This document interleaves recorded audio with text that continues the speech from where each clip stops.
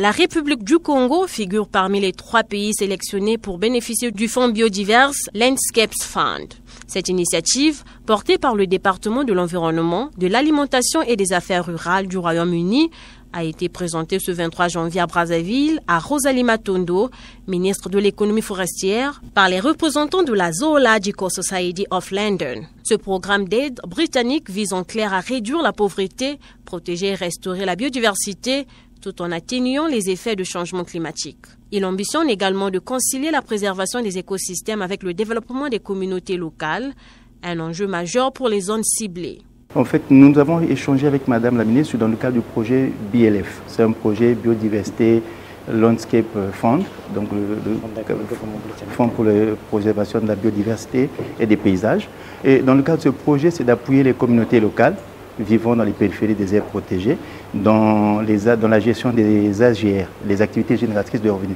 Et vous savez, comme nous avons su l'aborder avec Madame la ministre, l'aspect clé, c'est de renforcer les capacités des communautés riveraines, qui aujourd'hui disposent certes d'un savoir, mais qu'un savoir qui doit être canalisé et appuyé. Et dans ce sens-là, nous, EDCL, nous disposons de cette expertise parce que ce projet est exécuté dans 3 pays, donc le Cameroun, le Gabon et le Congo. L'argent investi, c'est quand même une enveloppe de 18 millions de livres et qui sera reparti dans les 3 pays à hauteur de 25% par pays, comme a su le dire M. Andrew.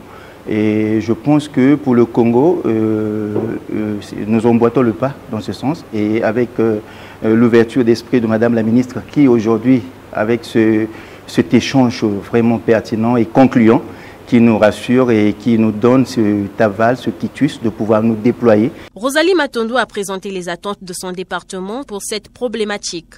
Discussions entre les 2 parties permettront bientôt la signature d'un accord de partenariat. Cet accord définira les modalités d'exécution et de mise en œuvre du projet sur le territoire congolais. Il s'agit de financer des activités génératrices de revenus auprès des communautés qui vivent dans et autour des parcs nationaux. Donc nous avons présenté ici nos attentes par rapport à ce projet-là et au-delà de ce projet. Alors les attentes, c'est surtout apporter un renforcement des capacités aux communautés pour que la production soit une production effective, rentable et qui permet aussi de sortir les populations de la pauvreté. Il ne faut pas que ce soit des petits projets qui arrivent, qui n'impactent pas réellement la vie, la qualité de vie des communautés. Nous voulons des projets qui doivent impacter aujourd'hui nos populations. Donc nous avons dit qu'attention, quand ils vont venir, nous voulons qu'ils nous apportent la connaissance, qu'ils nous apportent des experts qui vont permettre à nos communautés d'apprendre le métier. En marge de cette présentation, la ministre de l'économie forestière s'est également entretenue avec les dirigeants de la société Bokabi. Cette entreprise forestière, engagée dans l'aménagement durable, opère dans le département de la Likwala, au nord du pays. Le directeur général a présenté à la ministre un bilan des activités ainsi que les perspectives pour cette année. Bokabi est une société de gestion forestière responsable et durable. Nous gérons une concession de 686 000 hectares dans la Likwala, dans l'extrême nord du pays.